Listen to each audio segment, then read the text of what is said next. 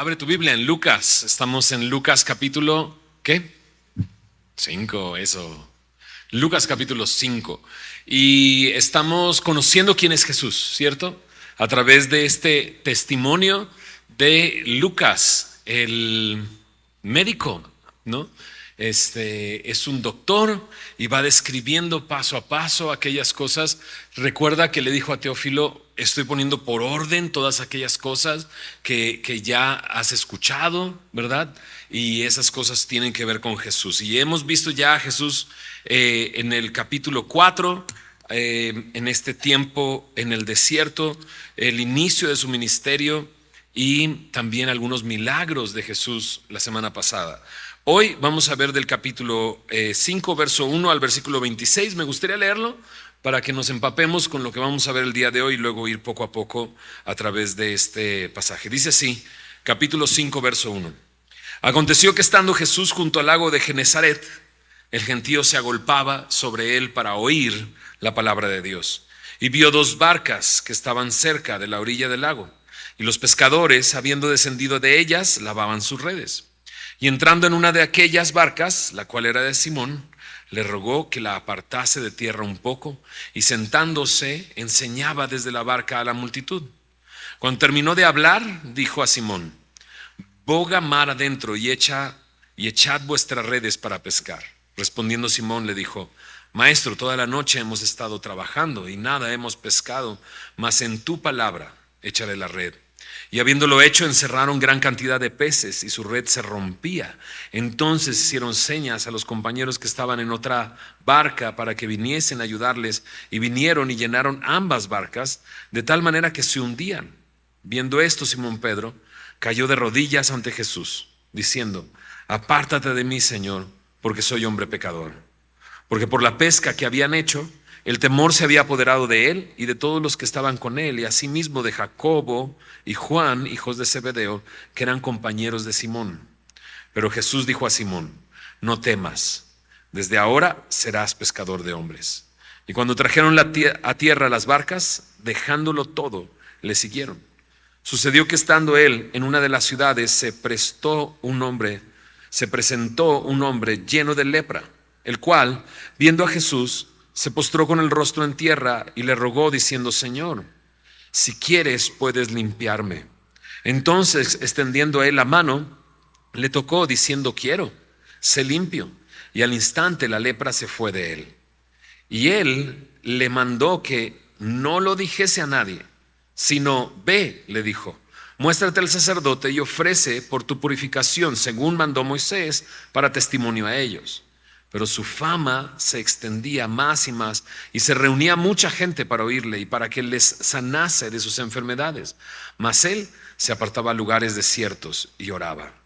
Aconteció un día que él estaba enseñando, y estaban sentados los fariseos y doctores de la ley, los cuales habían venido de todas las aldeas de Galilea y de Judea y Jerusalén, y el poder del Señor estaba con él para sanar. Y sucedió que unos hombres que traían en un lecho a un hombre que estaba paralítico, procuraban llevarle adentro y ponerle delante de él, pero no hallando cómo hacerlo a causa de la multitud, subieron encima de la casa y por el tejado le bajaron con el lecho, poniéndole en medio delante de Jesús. Al ver él la fe de ellos, le dijo: hombre, tus pecados te son perdonados. Entonces los escribas y los fariseos comenzaron a cavilar, diciendo: ¿quién es este que habla blasfemias? ¿Quién puede perdonar pecados sino solo Dios? Jesús entonces, conociendo los pensamientos de ellos, respondiendo les dijo: ¿qué caviláis en vuestros corazones? ¿Qué es más fácil decir: tus pecados te son perdonados, o decir: levántate y anda? Pues para que sepáis que el Hijo del Hombre tiene potestad en la tierra para perdonar pecados, dijo el paralítico, a ti te digo, levántate, toma tu lecho y vete a tu casa. Al instante, levantándose en presencia de ellos y tomando el lecho en que estaba acostado, se fue a su casa glorificando a Dios. Y todos, sobrecogidos de asombro, glorificaban a Dios, y llenos de temor decían: hoy hemos visto maravillas. ¿Oramos? Señor, gracias por tu palabra. Ponemos este tiempo en tus manos, Señor, y te rogamos que tú seas quien hable en nuestras vidas y transforme nuestras vidas. Gracias porque es por medio de tu palabra que podemos ser por ti enseñados, redarguidos, corregidos e instruidos en justicia. Señor, estamos aquí con el deseo de que tú hagas tu obra en cada uno de nosotros, Señor, de conocerte más, porque conocerte, Señor, es conocer la verdad y la verdad nos hace libres, Señor. Ponemos este tiempo en tus manos, en el nombre de Jesús. Amén. Bien. Hemos estado conociendo a Jesús, pero ahora se está volviendo algo más particular, más personal. Lo vimos en un momento a solas en el desierto y luego enseñando en la sinagoga, pero en realidad es hasta este capítulo donde comienza a tocar las vidas de personas que tienen un nombre. Bueno, ahorita estamos viendo en la primera parte a Pedro, ¿verdad? Y cómo Pedro reacciona. Más adelante, a partir de la próxima semana, veremos cómo le llama a Mateo, o también aquí en Lucas conocido como Leví, un publicano. Entonces estamos viendo cómo Jesús empieza a tocar vidas de una manera personal. Qué increíble es cuando Dios llega a tu vida de una manera personal, cuando empieza a tocar tu vida y cuando te habla específicamente a ti, ¿verdad? Y aquí estamos con Jesús en el lago de Genezaret. El lago de Genezaret no es otro lago, sino el lago de Galilea, o también en los evangelios conocido como el mar de Galilea. Se le conocía de esta manera. De hecho, en la actualidad es Tiberias la región y también se le menciona en la Biblia como Tiberias. Así es que todos estos lugares es exactamente el mismo. Es donde Pedro tiene su barca. Está a las orillas de Capernaum, lugar en el cual Jesús, desde el cual Jesús comienza a moverse en su ministerio. Pero hay algo que atrae a las personas. Y dice ahí en el verso 1, el gentío se agolpaba sobre él para oír, ¿qué dice? La palabra de Dios. Interesante porque en los versículos anteriores, ¿verdad? Nos dice que este es el llamado que Jesús tiene. En el versículo 42, checa, capítulo 4, 42. Cuando ya era de día salió y se fue a un lugar desierto y la gente le buscaba. Y llegando a donde estaba le detenían para que no se fuera de ellos. Pero él les dijo, es necesario que también a otras ciudades anuncie el evangelio del reino de Dios, porque para esto he sido, ¿qué dice? Enviado. Entonces desde el inicio de su ministerio, en Lucas capítulo 4, un poco antes, lo vimos leyendo del libro del profeta Isaías, explicando la palabra. Y ahora lo vemos una vez más. Están ahí sentados para escuchar la palabra de Dios, ¿no? Y esto me gusta del ministerio de Jesús. El ministerio de Jesús principalmente es un ministerio de enseñanza. Y sí, hay muchas cosas sucediendo alrededor de Jesús que demuestran quién es Jesús, pero Él ha sido enviado a anunciar el evangelio por medio de la palabra. En los versículos 40 y 41 dice que había muchísimos enfermos de diversas enfermedades, los traían a Él y los sanaba. E incluso salían demonios de muchos, o sea, personas que estaban poseídas por demonios. Pero Jesús dice, es necesario que vaya a otras ciudades, anuncie el evangelio del reino de Dios. Y eso es lo que Jesús está haciendo. Su fama ha crecido, pero van para escucharle predicar la palabra, enseñar la palabra. Dice el verso 2, vio dos barcas que estaban cerca de la orilla del lago y los pescadores, habiendo descendido de ellas, lavaban sus redes. Entonces estaban después de una noche, porque en unos momentos escucharemos a Simón, que toda la noche estuvo pescando, ya están en la orilla y están lavando las redes, preparándolas para la siguiente jornada al final del día, durante la noche. Es el tiempo para pescar. Nadie pesca durante el día, sino durante la noche. O sería más efectivo trabajar durante la noche pescando en ese lago.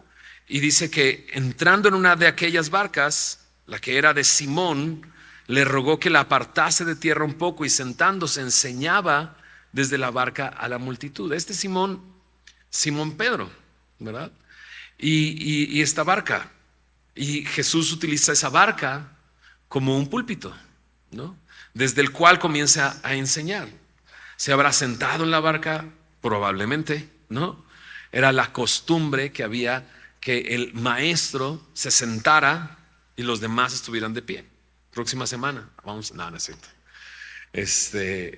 Pero hay un lugar muy interesante en esta región de Galilea.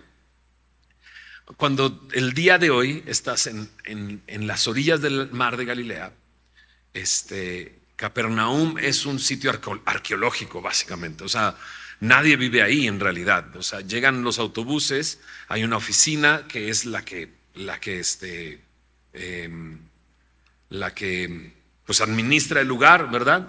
Pero nadie vive ahí, es solamente un sitio arqueológico. Más adelante está Corazín y diferentes lugares alrededor. Bueno, hay un lugar que se llama Magdala. ¿Te suena? De donde era María Magdalena. Está justo en las orillas también del mar de Galilea. Pero sucede como Valle de Bravo o cualquier otro lago, ¿verdad? Empieza a haber sequía y ¿qué sucede? Pues empieza a reducir el tamaño del agua, ¿no? Entonces, en esa región hay mexicanos, jesuitas, que compraron un lugar ahí para poner como un seminario, una cosa así. Entonces comenzaron a escarbar y encontraron un sitio arqueológico, Magdala, ¿no? Entonces empezaron a escarbar y encontraron todo, encontraron una sinagoga en el lugar, con una roca que asemeja el arca del pacto y cosas muy interesantes. Todo eso, los mexicanos son dueños de ese lugar. Pero en el momento en que empiezas a escarbar y encuentras algo así, entonces llega el departamento de arqueología y todo de Israel y empiezan a hacer lo que tienen que hacer, ¿no? Como en cualquier otro lugar. Pero ahí los mexicanos pusieron una capilla, y en la capilla, una capilla católica, y en la capilla, al frente, en lugar de un púlpito, hay una barca. Y está muy lindo porque es precisamente esta la imagen que quieren proyectar, ¿verdad? Entonces, en lugar de un escenario, hay una barca encima, y desde ahí el sacerdote pues hace su misa, por así decirlo. Pero cuando tú te sientas, la perspectiva de la barca te hace creer que está esa barca en el mar de Galilea. Qué lindo, ¿no? Hay que ahorrar para ir y verlo. Y dices, y si no puedo ir, pues un día vas a estar ahí como quiera, ¿va? No dice que Jesús reinará desde... Ok, va, eso es otra cosa. Entonces ahí está Jesús y lo que crea es un auditorio. Se aparta y desde ahí está enseñando.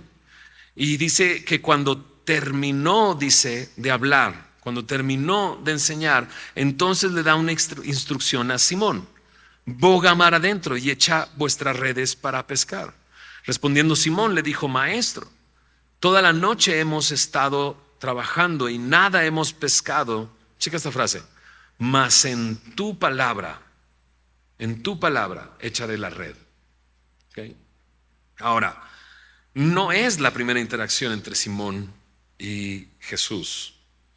En el capítulo anterior, en los versos 38 y 39, nos dimos cuenta que Jesús ha estado en la casa de Simón, ¿verdad? Y sanó a su suegra. Entonces, pues, Simón era casado. ¿Estamos de acuerdo? Y eso es interesante, ¿verdad? Porque está casado. Porque ¿quién va a tener suegra y no estar casado? Sí, pues exacto. Entonces, no es la primera vez que se topa con Jesús, sino que Jesús, en otro de los evangelios, por ejemplo, en el evangelio de Juan, vemos que es Andrés el que va corriendo con Simón Pedro y trae a Jesús, y estos serán discípulos de Juan el Bautista.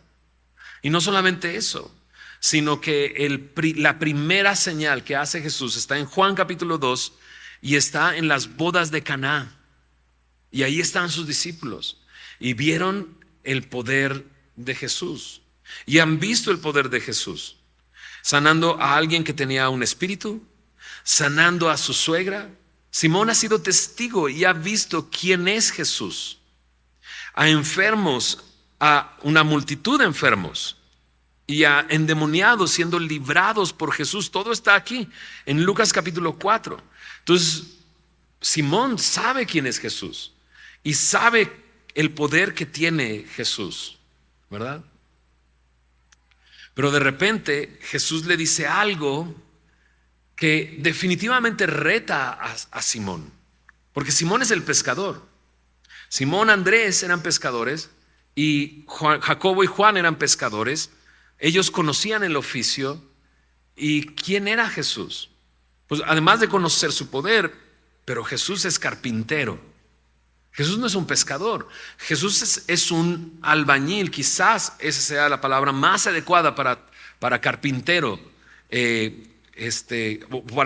para el oficio que tenía Jesús.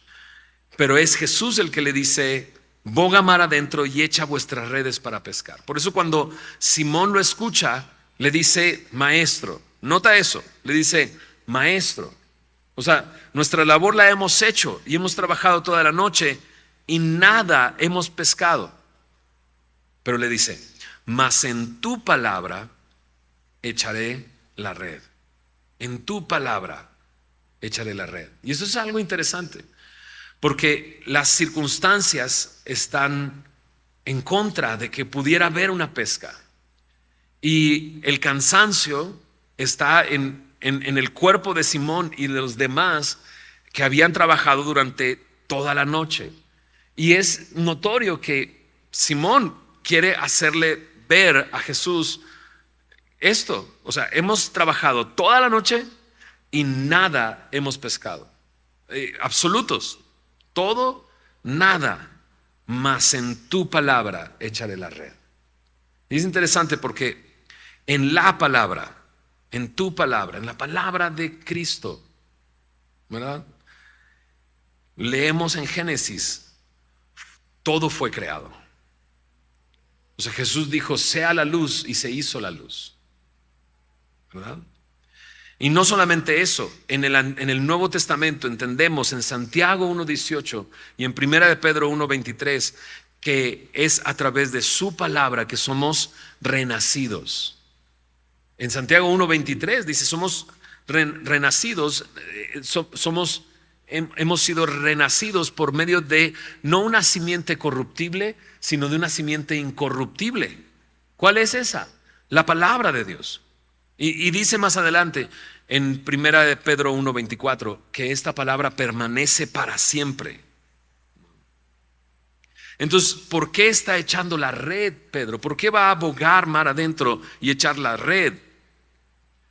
Porque confía en la palabra. Y eso es algo para nosotros, ¿verdad? Tenemos la palabra constantemente delante de nosotros. Estamos aquí estudiando la palabra, ¿no? Y para Pedro esto es algo personal. Dios quiere hablarte a ti personalmente.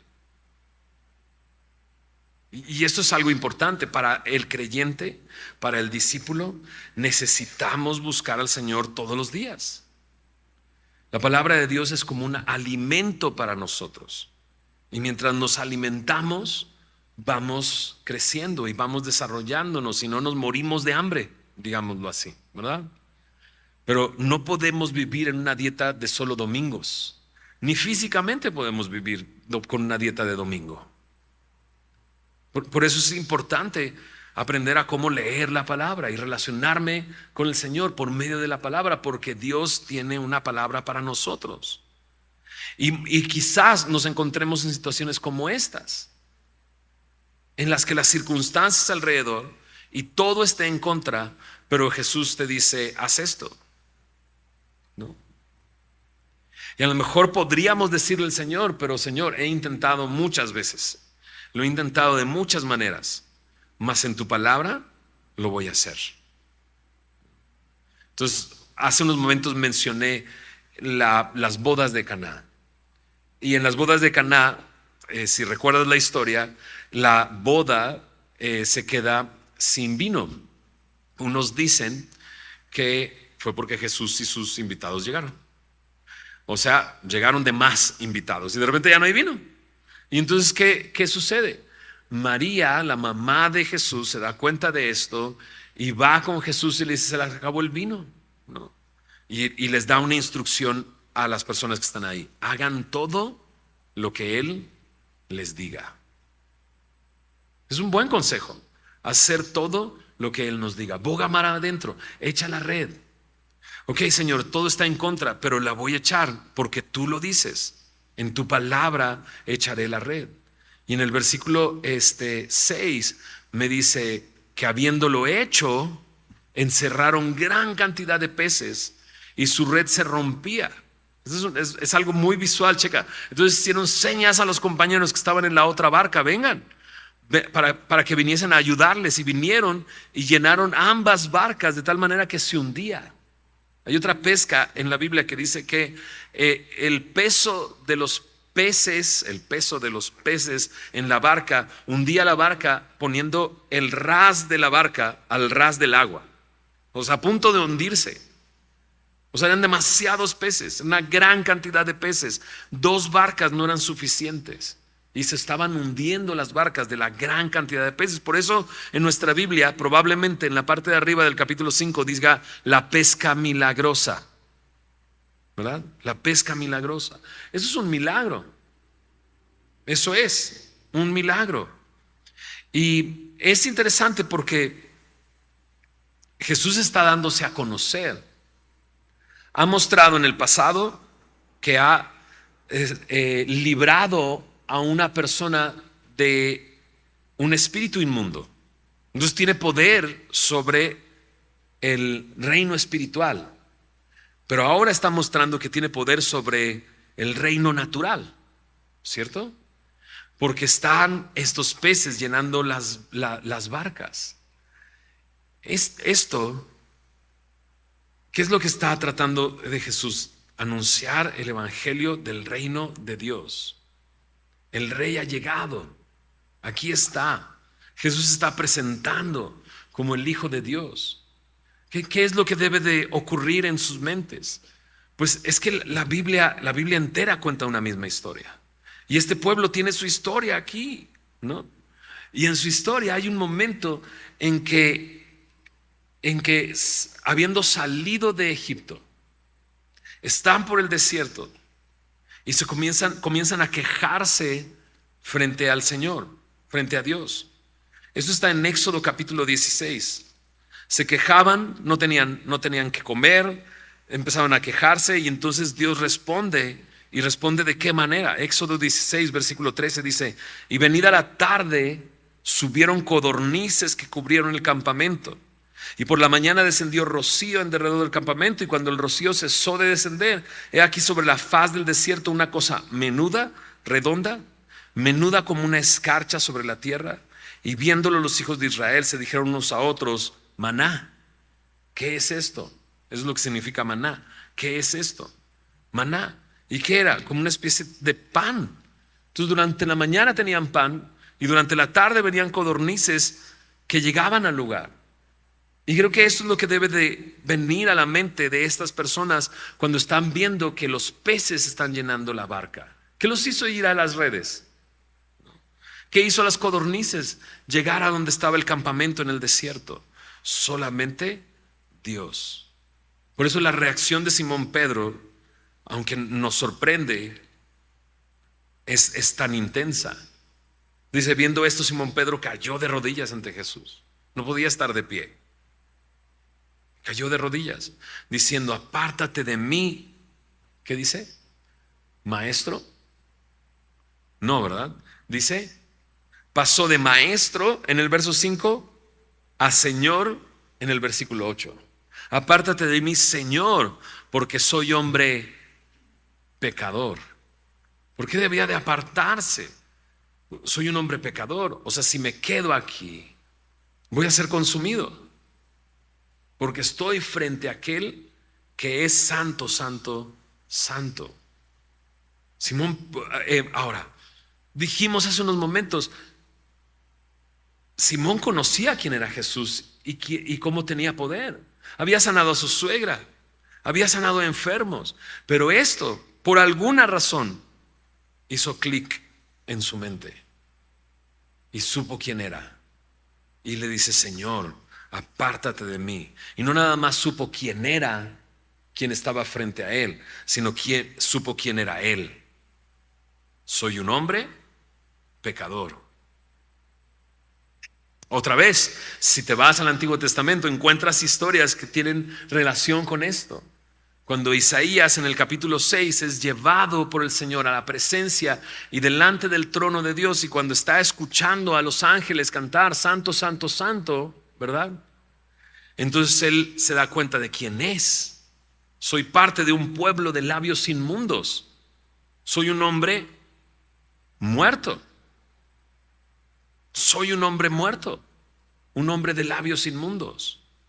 Y eso es lo mismo que hace Simón Pedro, reconocer frente a quién está. En Daniel le sucede algo parecido. Él hasta se siente enfermo y se empieza a desvanecer, ¿no? Se empieza a desvanecer. Juan, cuando ve a Jesús en Apocalipsis capítulo 1, dice que cayó como muerto delante de él. Entonces, por alguna razón, esta es la escena donde Simón Pedro se da cuenta de quién es Jesús y de quién es él. ¿Habrá sido que fue la pesca? Porque ese es su oficio, eso es lo que hace él, eso es lo que hacía comúnmente, no lo sé. Lo encontró en un lugar que conocía y que sabía. Pero tuvo un encuentro tal con el Señor que cambió su perspectiva de quién era Dios, de quién era Jesús y de quién es él. Y lo impulsó a hacer algo impresionante. Checa lo que dice el verso 9. Porque por la pesca que habían hecho, el temor se había apoderado de él. Esto es muy personal. Y de todos los que estaban con él.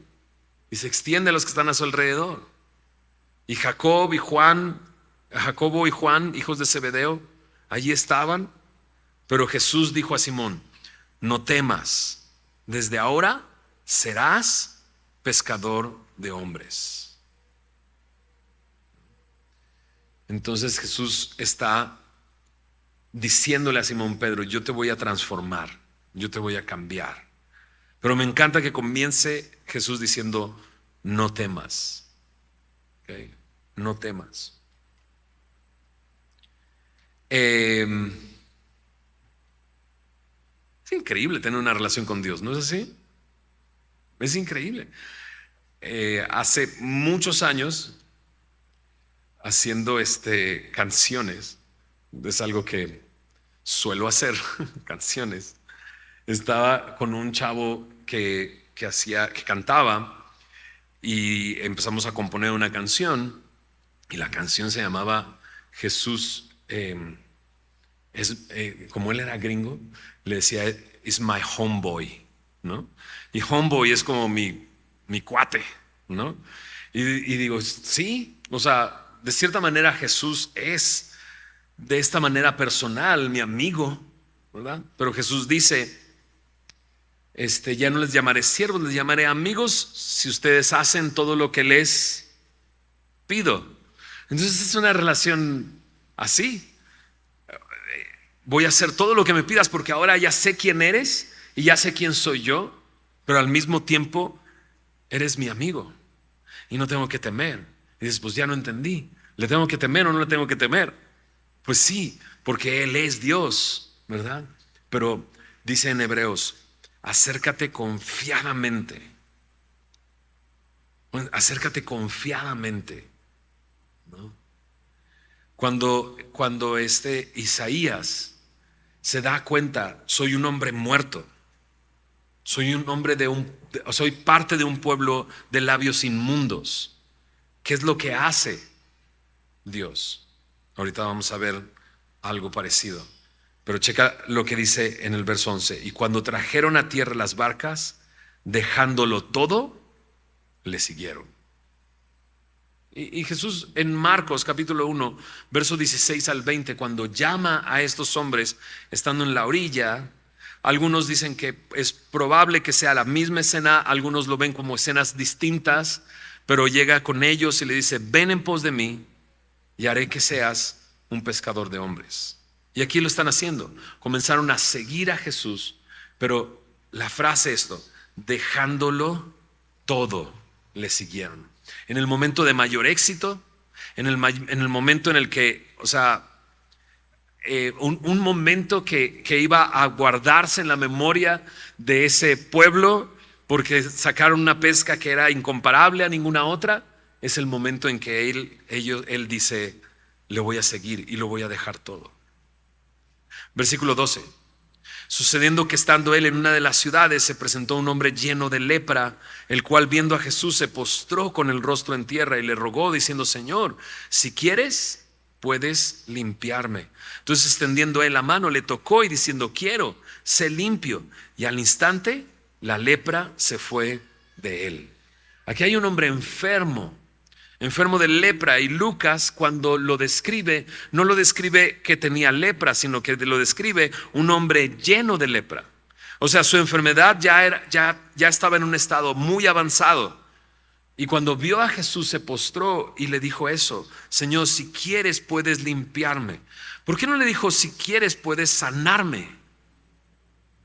No, porque Jesús ha estado sanando a otros en las escenas anteriores. Pero este hombre, para él no es suficiente: sáname. Para él es necesario: límpiame. Y a lo mejor podrías decir: pues ¿qué no es lo mismo? O sea, sanar y limpiar no es lo mismo. Pues otra vez, en el contexto de la historia bíblica, las personas que tenían lepra eran inmundas, y las personas inmundas eran apartadas completamente no solamente de lo más importante, el templo, ¿no? Y venir a adorar a Dios, sino incluso de la comunidad. Eran apartados. Y aquí está este hombre diciendo: no nada más quiero que me sanes, lo que yo quiero es dejar esta inmundicia, ¿verdad? Ser limpio de esta inmundicia para poder llegar delante de Dios y adorarle. Entonces, no es suficiente ser sanado, sino ser limpio. Y eso es lo que decía hace unos momentos. En Isaías capítulo 6, en el versículo 7, dice que Dios envió a un ángel que tomó un carbón encendido y tocó los labios de Isaías, y dice: serás limpio de tu pecado. Limpio de tu pecado. Y Jesús en esta ocasión, si te das cuenta, la manera en que le sanó está ahí en el verso 13. Extendiendo él la mano, le tocó, contacto, diciendo: quiero, sé limpio. Entonces le tocó y luego dijo: quiero y lo puedo hacer. Y la lepra se fue, dice, al instante. Este es Jesús. Esto que está haciendo Jesús lo hubiera contaminado. Por eso los leprosos tenían que ser apartados, porque cualquiera que lo tocara se iba a convertir en inmundo, iba a tener que pasar por todo un proceso completo para llegar de nuevo al templo y adorar a Dios. Pero Jesús está cambiando la forma, igual que lo que sucedió en Isaías capítulo 6. Yo soy un hombre muerto, claro, eso es lo lógico, eso es lo que tenía que suceder, pero Jesús está cambiando toda lógica.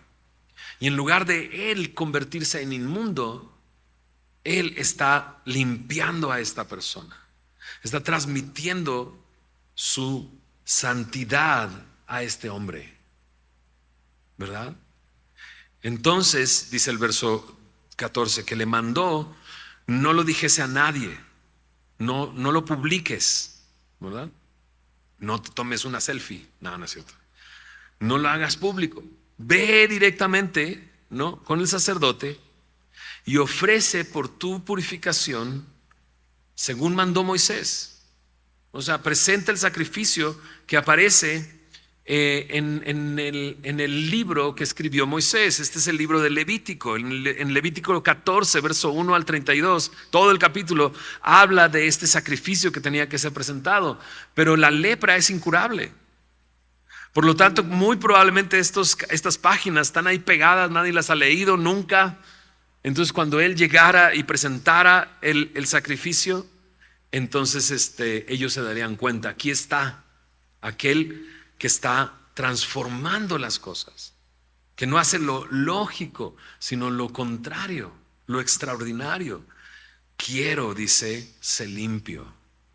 Me encanta cómo Jesús quiere y puede hacerlo.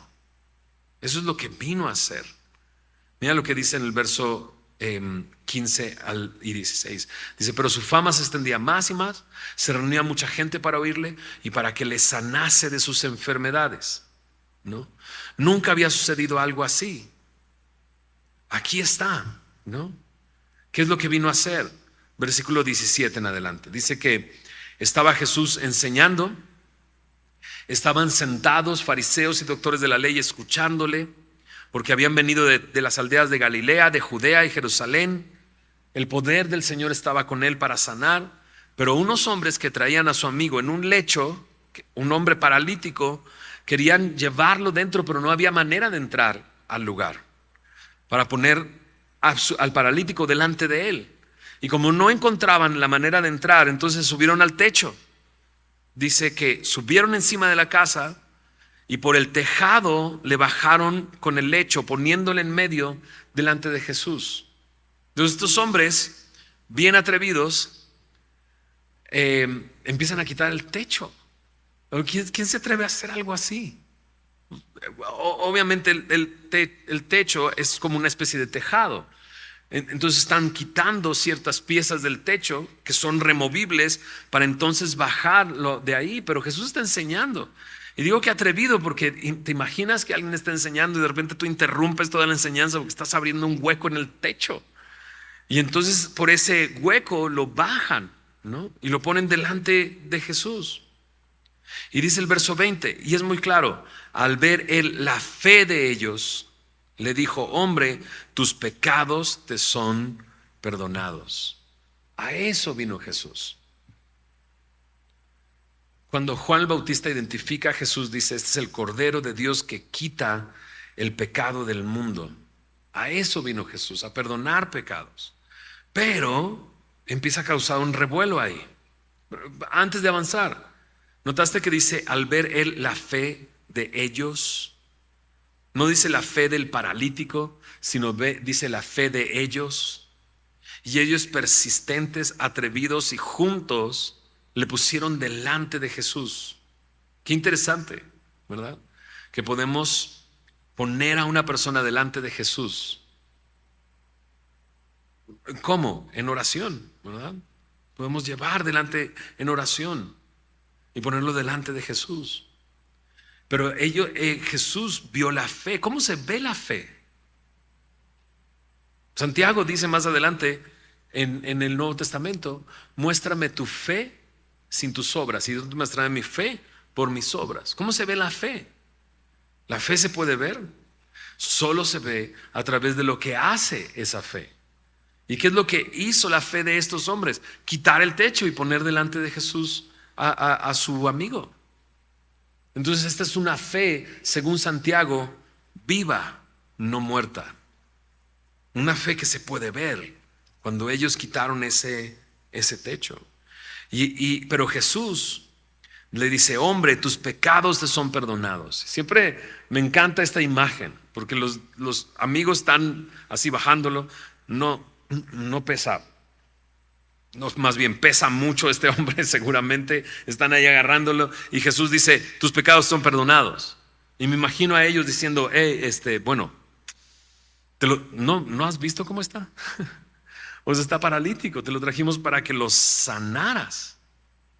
Pero Jesús se enfoca en el principal problema, en el problema más grande que este hombre tiene.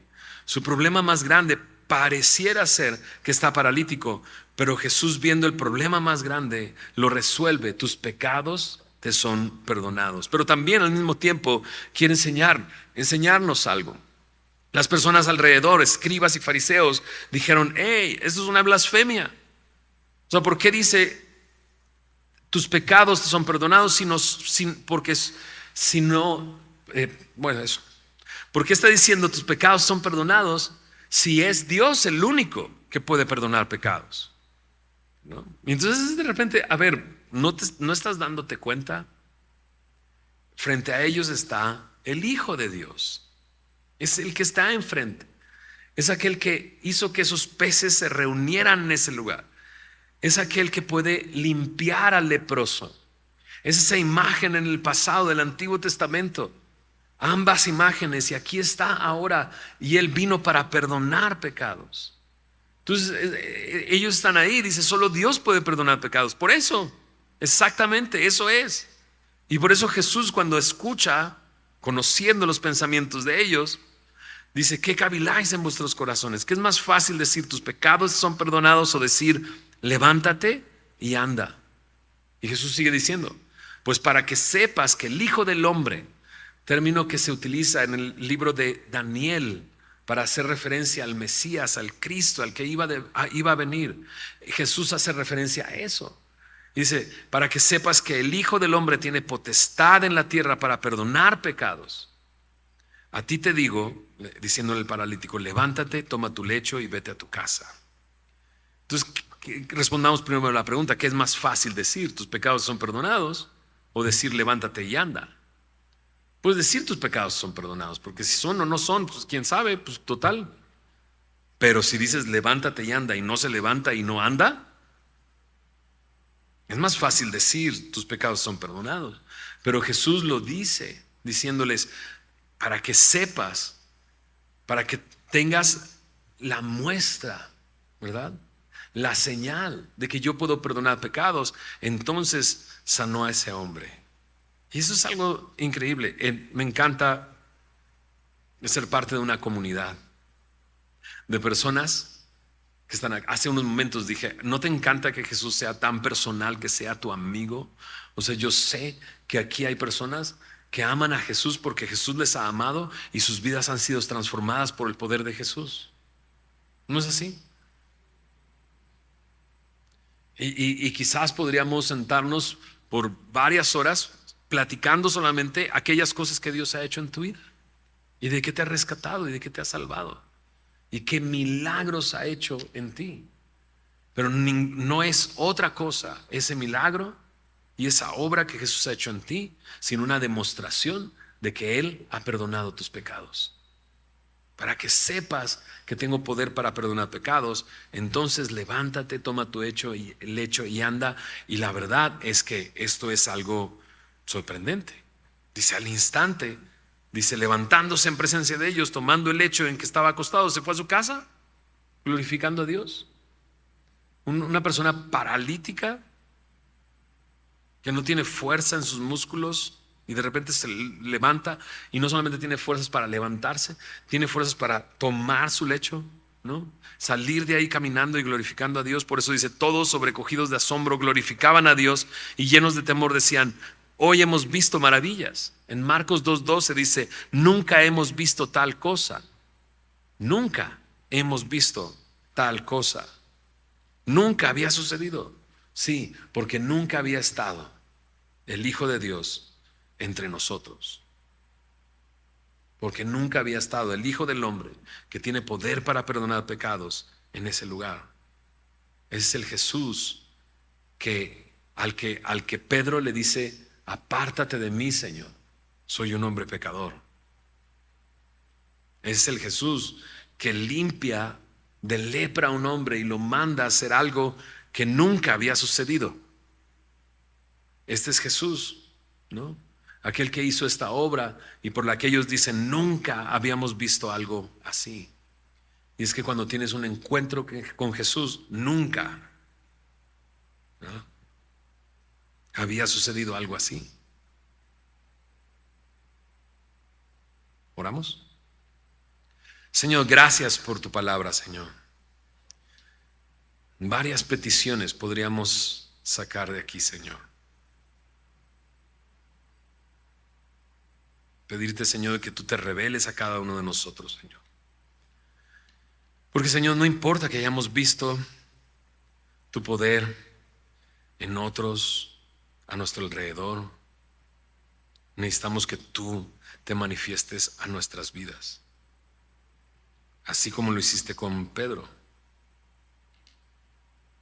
Y, Señor, y no es suficiente que resuelvas el asunto en el que estamos, las circunstancias en las que nos encontramos, la enfermedad que tenemos, si tú no nos limpias,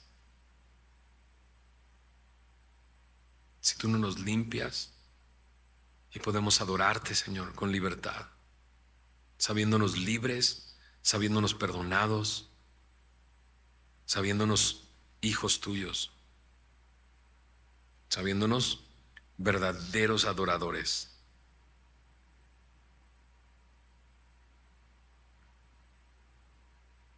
Y Señor, y gracias porque las señales que has hecho entre nosotros no apuntan a alguien, no apuntan a algo, apuntan a ti, Señor, porque tú eres quien perdona pecados.